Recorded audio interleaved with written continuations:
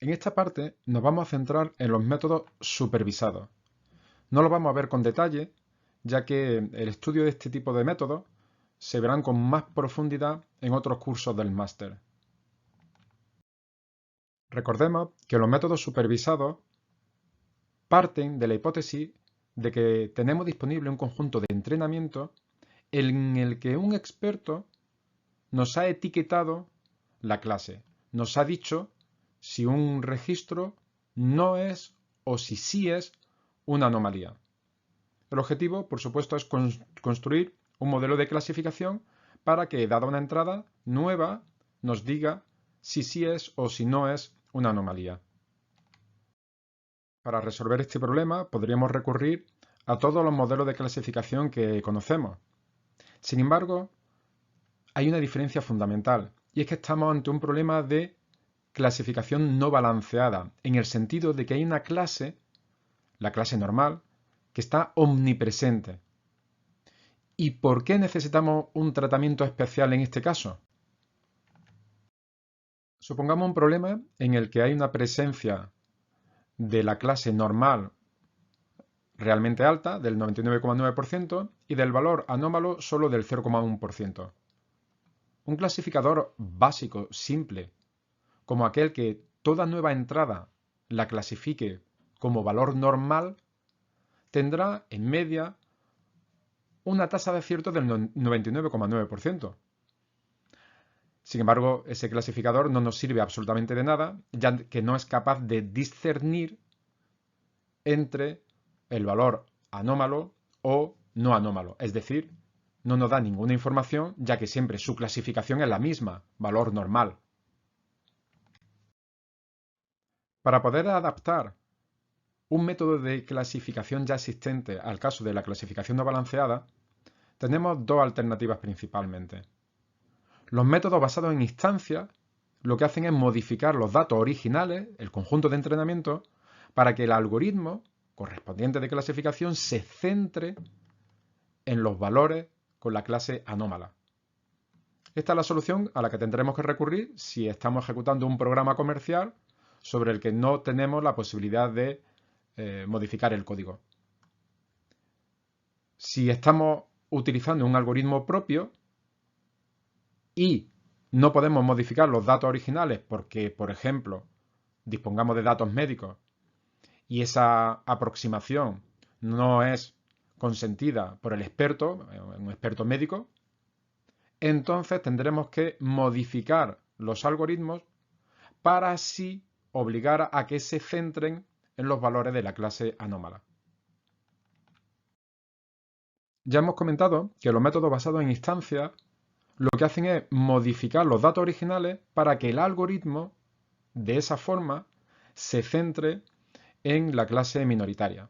Por supuesto, la idea es que tengamos más ejemplos de la clase minoritaria de los que teníamos originalmente. Esto lo consiguen de dos formas, o bien quitando ejemplos de la clase mayoritaria, o bien creando de forma sintética nuevos ejemplos correspondientes a la clase minoritaria. Vamos a empezar a ver los primeros. Entre los métodos más utilizados está el que se basa en los denominados Tomek Links y el método CNN.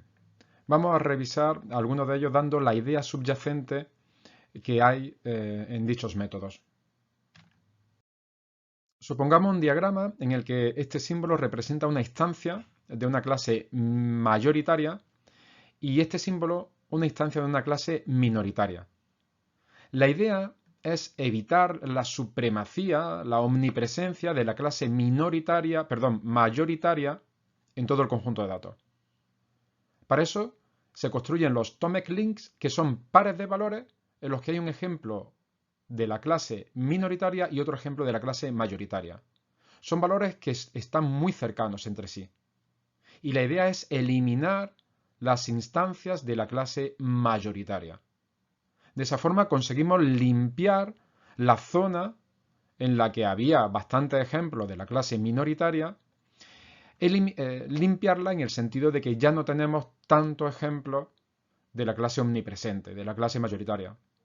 Así pues, un algoritmo como por ejemplo KNN, que busca los K más cercanos, va a etiquetar un valor en esta zona de la clase minoritaria, porque los K más cercanos van a ser de dicha clase, ya que se han eliminado las instancias de esa clase omnipresente mayoritaria.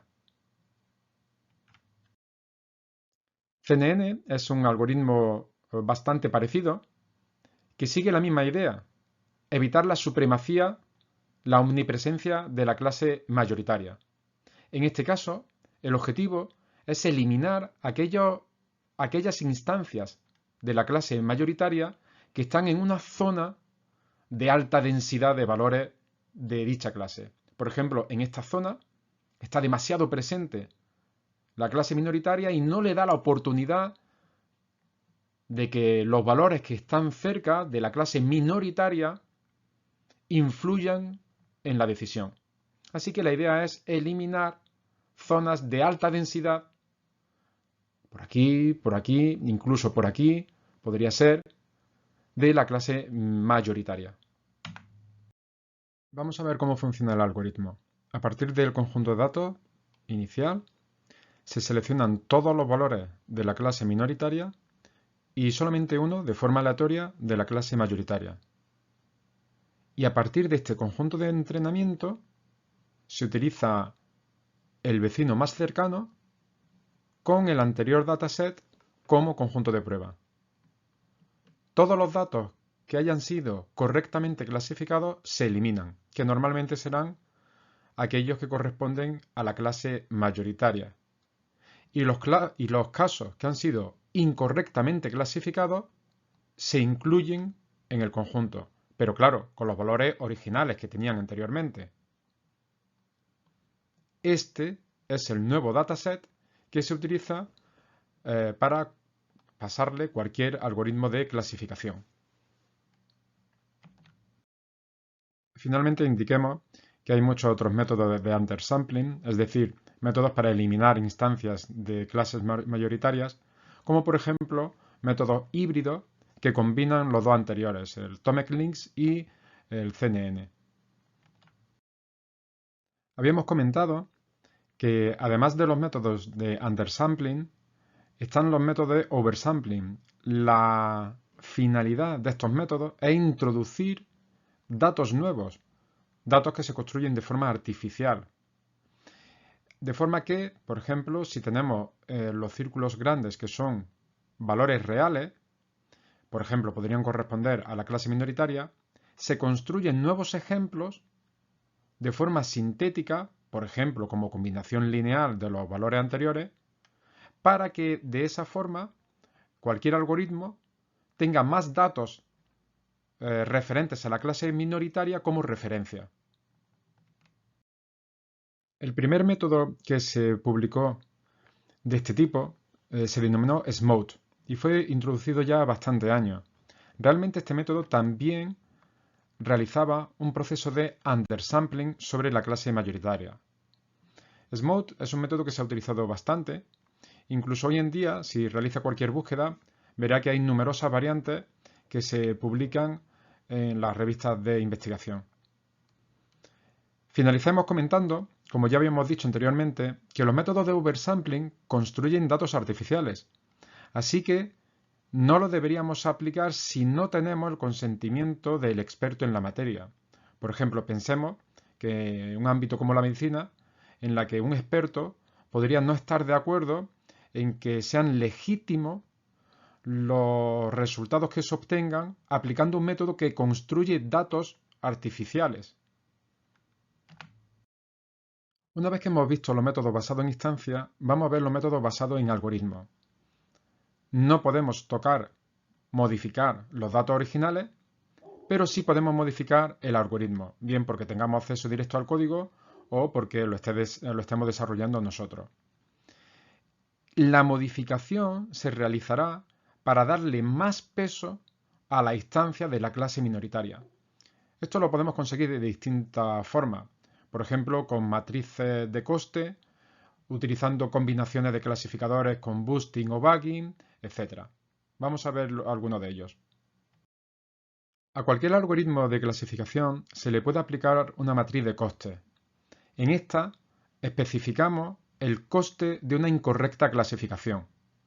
En el caso que nos ocupa, en el que tenemos una clase minoritaria, vamos a llamarla el valor de la anomalía, bastaría con aplicar un coste alto en el caso en el que el valor real era una anomalía, pero sin embargo nos hemos equivocado y la predicción ha sido que era de la clase mayoritaria, de la clase normal.